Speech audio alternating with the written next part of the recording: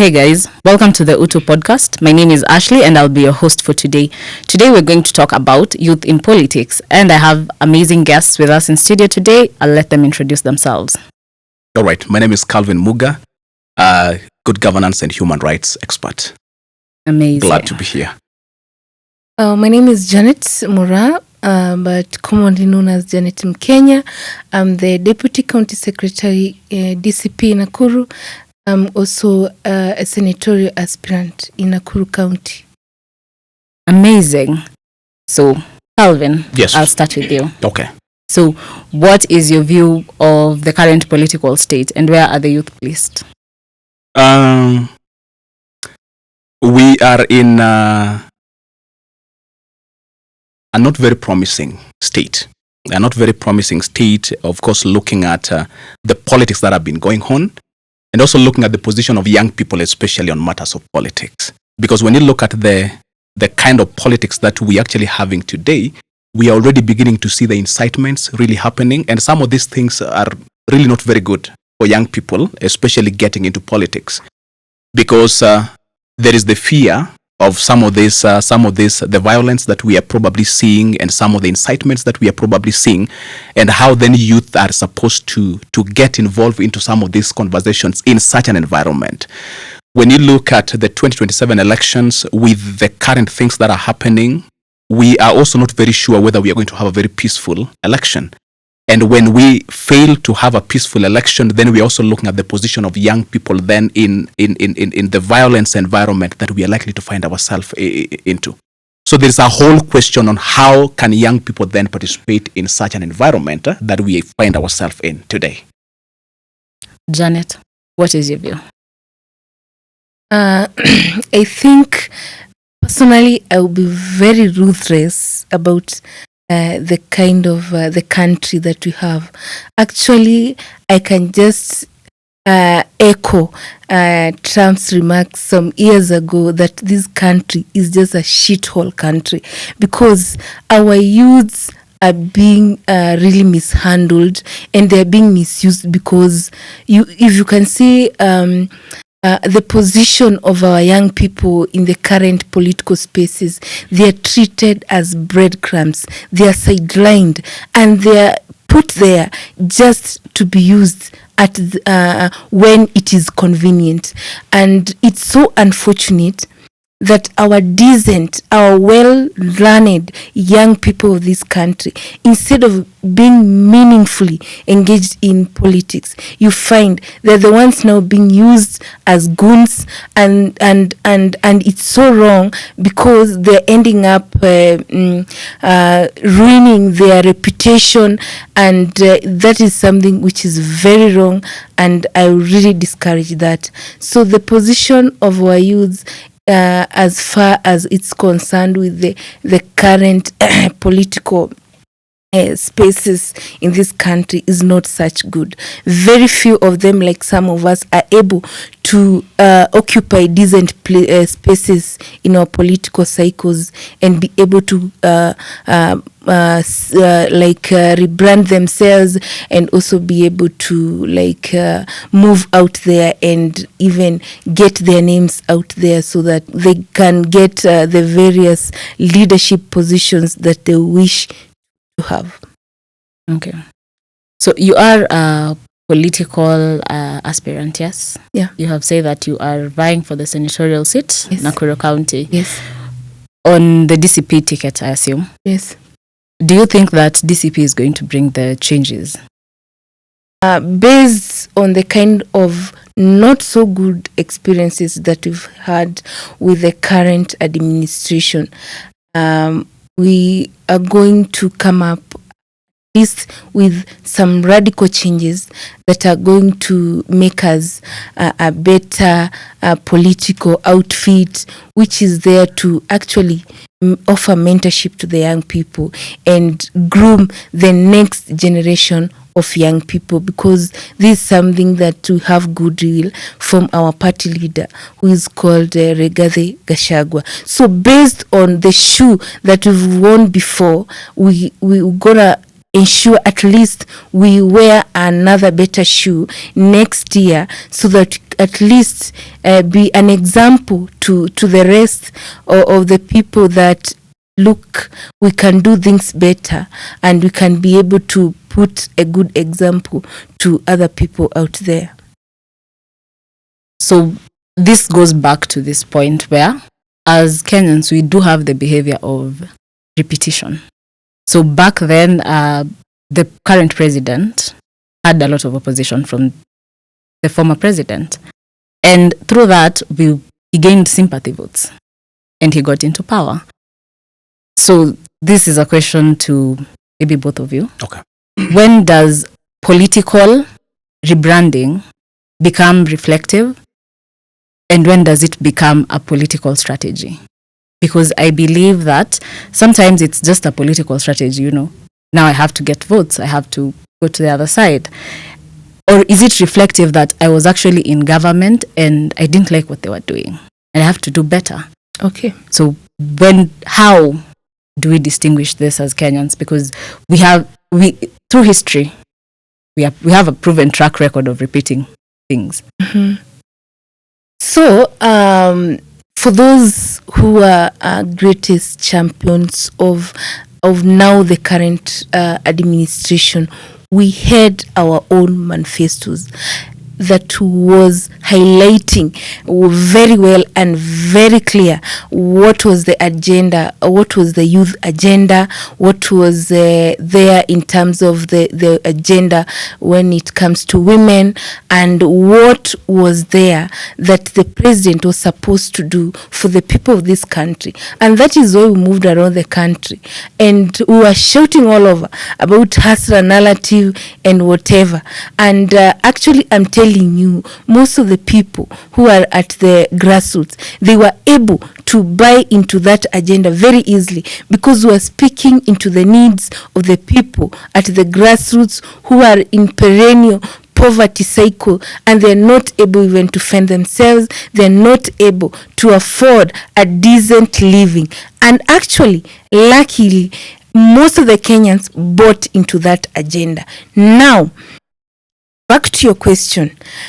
When our party leader, Rigathi Gachagua, saw that the government is not really sticking to its manifesto, and when I say the government, I'm saying the president himself as the CEO of this country, he was not following the script that they had written, both of them on the table, that was supposed to be executed on behalf of Kenyans. When he realized this person is not even ready to listen to the young people who had dissenting opinions about the finance bill 2024, and they were being killed all over like flies, and nobody was sympathizing with them. The president even had audacity to go live on cameras and say those were goons, those were whatever, and yet those are the children who were killed, and their parents were crying all over. So when he realized they were not moving on the same direction, that is the time he decided to back off and now re-strategize and move out and charter his own path. So what you're saying and what is happening right now is a result of the reaction of what happened now that the two could not agree, and also it is a form of re-strategizing and also endearing to Kenyans so that they can be able to get the opportunity and bring in the reforms that they wish this country to have. I think my take is this: re-strategizing and rebranding in politics is a political thing. You'll see politicians, and you'll have politicians rebranding and renaming and rebuilding themselves once again. However, I think the most important thing is we really need to focus and look at the journey that these particular politicians have also had over a long period of time. All right. Because when you rebrand, you are simply telling people that there is the new face here. Okay? Now, the new face cannot be with the same old faces that we've actually seen over and over again, and they are trying to tell us something different that they have not done yesterday, all right? Because if you are rebranding and you want to ensure that then you bring on board this particular democratic or number of people or a category of people into the conversation, what is it that you've done before that will make these people to really desire to engage and have a journey with you? All right. So we have seen that happening a lot. We saw President William Ruto rebranding. We have actually seen him, and he's actually trying to do that even today.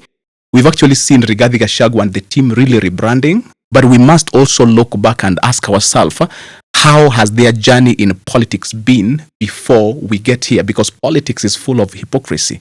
And we see that a lot, more often, even with some of the people that we've actually known and their track record in terms of even service delivery, in terms of how they're actually handling issues of human rights, because we've actually seen a number of human rights violations and abuses, even in the current regime. We saw it in the past regime during Uhuru Kenyatta's time. We've actually seen these things happening over and over again.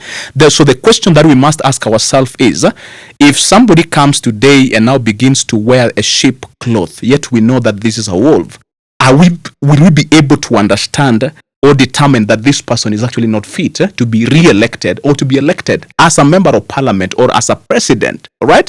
Remember, all that is rebranding. Somebody can rebrand and still be rejected, or rebrand and be elected. All right? And I think that is exactly where the wisdom of the people of Kenya really needs to come into. Okay? By first of all looking at the journey that these people have actually had. Okay? In politics. Is it a journey that has actually been pleasing and been very good even for the people of Kenya? Is it something that we can actually clap and say that this person has actually had a good journey in politics? And if they now desire to have another level of politics or get to another level of elective position, we are going to actually consider them.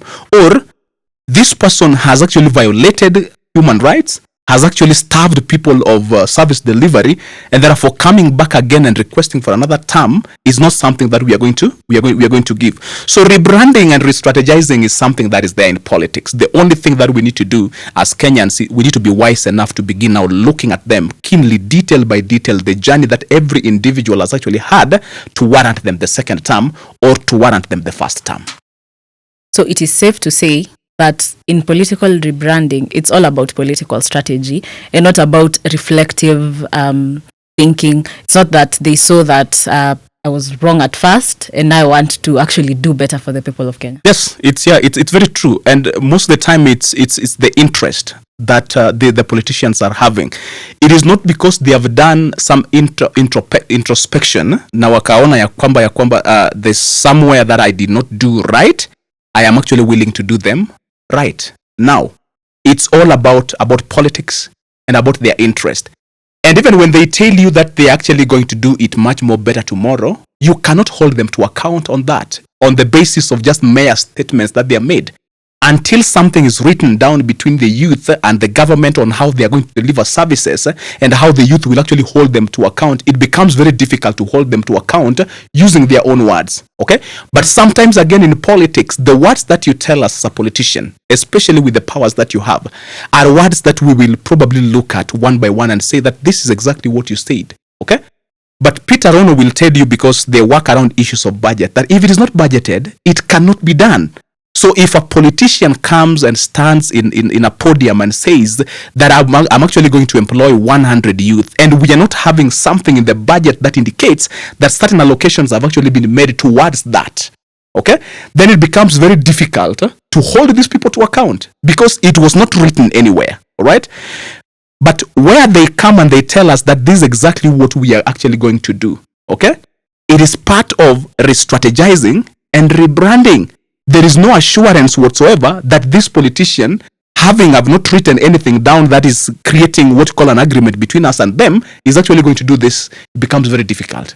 Kenya is like a girl who has undergone serial heartbreak and has undergone distance issues. So when this girl gets a man who is able to dignify her and also keep and stick to the promises, she cannot even believe that they can get such a man. So me, I believe irrespective of the fact that we've been having politicians coming up with all those things, like we will do these rebranding and restructuring, all those things. I feel it's upon us to make well-informed decisions and stand with the people who are aligned with the kind of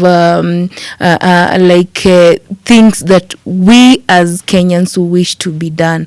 And I feel we should not really give up, because I feel at some point, even if things have not been working as they should, I feel someday we are going to have those people that are doing exactly what they have promised the people of Kenya.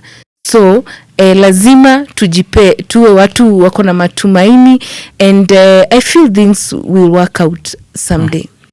But I think my very quick reaction to that, and probably just to add something around that, even as I expound it even much more further, is that when you are talking about a beautiful girl who has actually been heartbroken, one of the things that I know about that beautiful girl is that they are now very careful, because they have gone through a number of heartbreaks. And even if a new gentleman comes and this gentleman is wooing this girl, because this girl is very careful because of the so many heartbreaks, they will take their time. First of all, to understand this man much better. And this man has got history. Now, in taking time, you will understand the history of this man. How has his life been, even with women, even in the past? Okay? That is the situation we find ourselves in. So that then we are not just going to jump into candidates simply because they are candidates. What is their track record? And that is exactly what I was actually stating. In re-strategizing and rebranding, it does not eliminate the character of an individual. It is a face value, so that then the person you are seeing here probably looks like a new person. But in the real fact, this person is not a real person. This person has got a history that sometimes cannot be, you cannot probably take hold on. Or it's a history which is actually very clear, and the people of Kenya can actually see that particular history. So this girl has to take her time. This girl has to look at the suitor who is here and define certain qualities that this girl would want to see in this particular suitor. The suitor might probably decide to hide certain things about his character. That is exactly where the people of Kenya have to come to. We are getting to 2027 elections.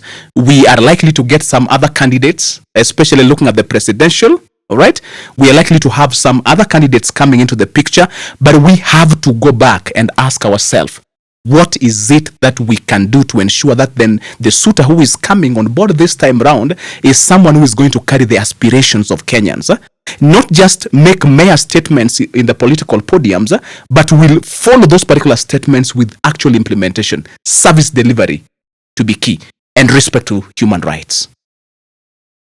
Okay. So there's the question on gender. Already Parliament is struggling to fit the 2/3 gender rule. Yes. Yeah, it's a big struggle. It's a very big problem. And in Nakuru County, we've seen both the senator and the governor fail. Okay. You are running for a senatorial position. What will you bring to the table? We have seen women in high political spaces. Women sit in Parliament, but nothing has been done about femicide. Children are getting abducted left, right, center. Actually, Nakuru is ranked number 2. And we have women. Our Nakuru is, the top leadership is solely women. So do you think you'll actually be able to convince people to vote? Because as per now, we have walked around the streets, we have talked to people, and they do not believe in women anymore. Thank you, Ashley, for what you've just said.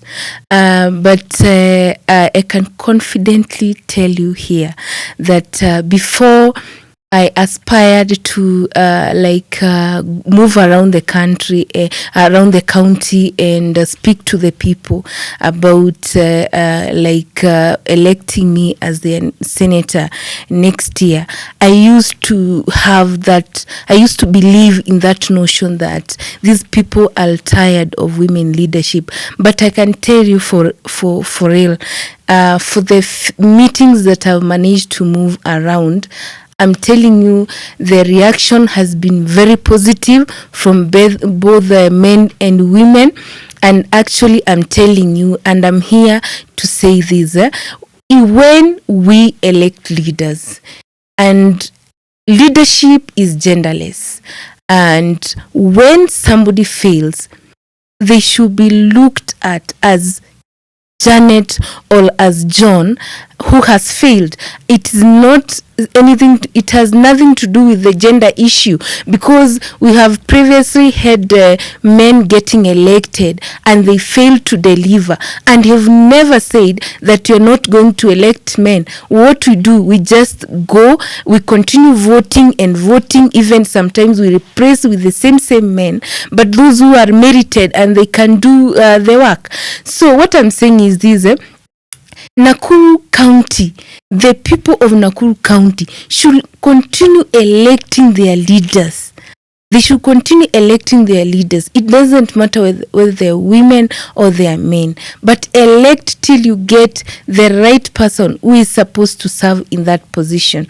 So, actually, what we've been having as a challenge is when the political parties fail to empower and embolden women who are merited, and instead they choose to pick some people because they have mafrumbanyasi or what, or they're able to dance on the stages, and they leave out those women who have substantive issues to offer to the leadership of this country. Look at the Senate. Just even forget about Nakuru County, because actually what I normally see here, the worst mistake that our women leaders have been doing is just insulting each other in forums. Actually, let's go even to Nairobi. You can see a person like Senator Nyamu, who was nominated because of mafrumbanya and dancing and whatever. She has been a shame to the women leadership of this country, and I can tell you, still people will not cease to elect women just because few people have messed up. But I really wish those people who are women leaders, whether by nomination or election, came out as role models, so that they can make it easier for the electorates to elect women, so that we don't have to keep crying that we need the gender top up to reach the 2/3 gender rule. So these women already were in elective and in nominated positions and any other appointed position. Some of them have been a failure, but I believe the people of this country and even this county will not cease to elect women just because few people have failed, because we have a pool of qualified, young and very brilliant women leaders whose potential is yet to be to be explored to the optimum levels. So me as Janet, given an opportunity to be the senator of this country, of this county, what I will bring on the table is my brains. I'm able to use my brains, and I'm able to use my voice to ensure that the resources of Nakuru are prudently used by the sitting governor, because that is the problem that we've been having. Because as a senator, you don't have money for development, but you can oversight those funds that are being brought to the county to do development and ensure whatever is meant to deliver schools, it does that. Whatever is meant to be taken to the healthcare and improve healthcare, and you ensure it reaches there. So that has been the problem that we've been having, and I feel given an opportunity, I can bring such kind of input on the table and ensure the Nakuru people get what they deserve. We cannot put all the women in the same basket, all right? And I think the most important part for us would be looking at the track records that the ones who had been given the opportunities have actually done. Looking at their track record, that track record is exactly what will communicate whether they are coming back or not. But there are also a number of women outside here who have never got into the leadership position, and especially the political leadership position. Okay? And we've actually seen them being very good leaders, even at the chairman's level, and they're doing a very good job. Some of them are very learned people. So let's not put the women into one basket. We have got women who have got very great leadership qualities, all right? So can we give them the opportunities? And remember, women are falling under the special interest groups, all right? The youth, the women, and persons with disability. If you don't give them the opportunity to show what they can do, it will be very difficult for us to do what? We cannot judge them on that particular basis. A number of them, even in the country here, have done a good job. We are actually seeing at even, the work that Suluhu did, and the things that have actually been put, towards the work that she's actually done. That really goes into questioning the integrity of a woman called Suluhu. But a woman called Suluhu is not women. All right. So can we now begin to look at individual women and the work that they can actually do in terms of leadership? And I'm actually thinking that when we have actually seen the track records of these particular women at the community level, can we also entrust them with the leadership and political positions, so that then we see what they can do? The ones that have actually messed us completely, and we can actually see them all around here, let them leave those particular positions, so that then the people who can actually get into those particular positions get into the positions. The second thing is, how can then political parties also help us to bridge this two-third gender rule? Because political parties plays a critical role in ensuring that women are elected into these particular leadership positions that we're actually having. Can we have it from the nomination level? Okay? Apart from probably just setting certain constituencies, certain areas to be for women, I know that then goes against the democratic space or the democracy, all right? But if political parties can be deliberate enough in ensuring that women get some of these political positions, we'll be in a better position talking about the two-third rather than the space where we find ourselves right now. Politics or activism? Which one is going to save Kenya?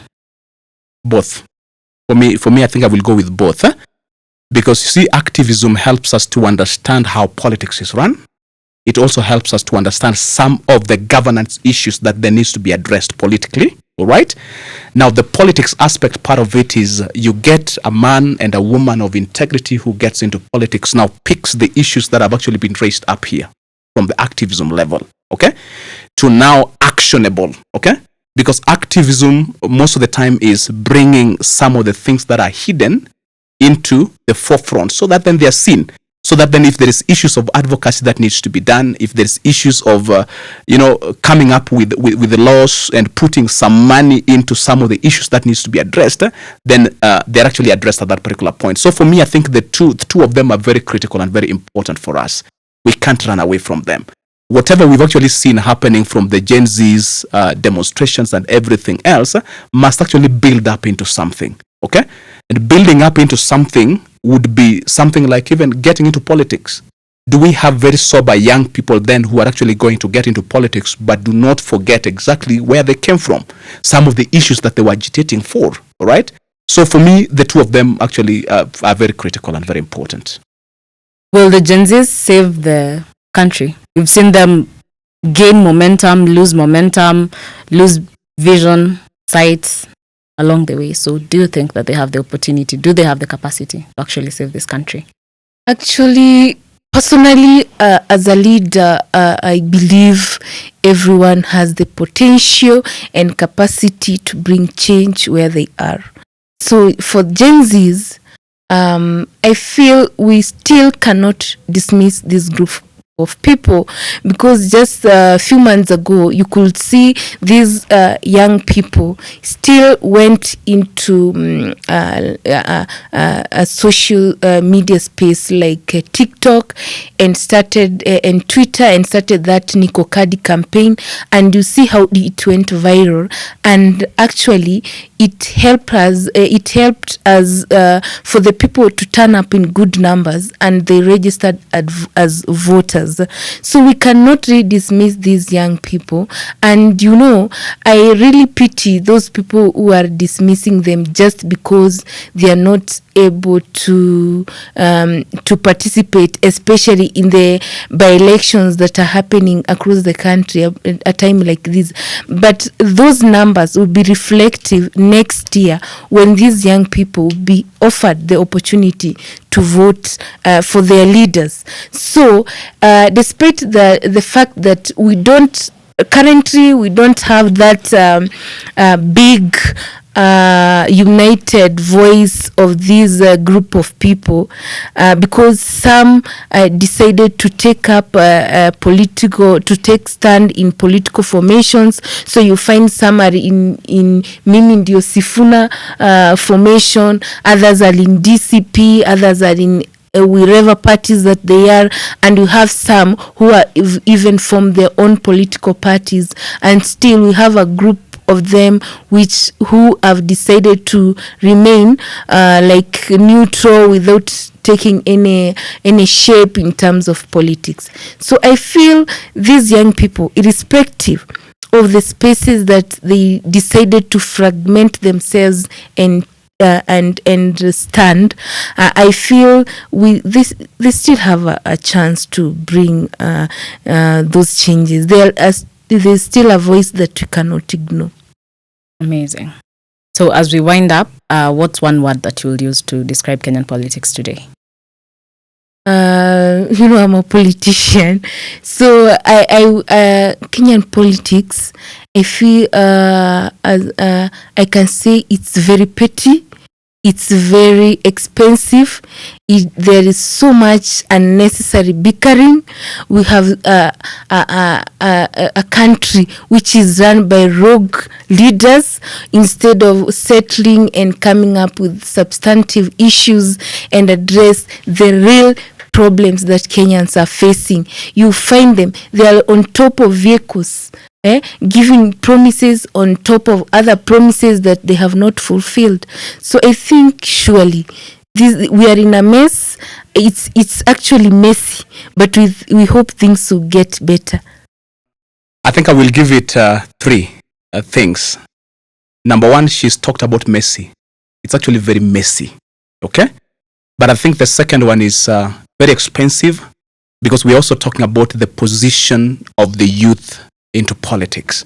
And it's very expensive for the youth really to get into politics, looking at what the political parties are charging, looking at all these fees that are actually needed for one to become a candidate. So it's very messy, all right? But the third one is very tribal. Tribal because we are hiding ourselves around issues of we are not tribal, and especially now the Gen Z is a conversation that has come. But when you look at the conversations that are happening around some of the areas I've been, especially in the Rift Valley, those young people goes back into the tribal cocoons and are beginning to have conversations that this is our son and we need to be with our son. And I think the last thing that I will say is this: we have to give young people the power. We have to give young people the opportunity. We have to give young people the capacity to participate both in the informal and formal politics in this country, so that then they are able to make critical decisions. They have to be part of the decision making. We are not going to continue keeping young people at the periphery of politics. We have to make them to be part and parcel of the politics that we are having today. The informal one is the activism one. Very, very important. They need to participate in that. The formal one is where they now get into the political parties and begin to participate in those political parties. All right? So we have to. The conversation that the Gen Z started in 2024 was a very critical conversation that is going to shape the 2027 elections. Let no one lie to you. So Gen Zs are very critical. They are very, very important in the conversations we are going to have, even in the 2027 elections. They are going to define how the governance structure of this country is going to be come 2027. Great. Vijana mumesikia yale yote yaliyosemwa. We are in the messy in between. So make sure that your vote counts. Your voice matters. don't accept to be involved only in political campaigns. Kubali uende ukwe represented vizuri. That is how you'll change your life through policies. Let's keep the conversation going. See you on the next one.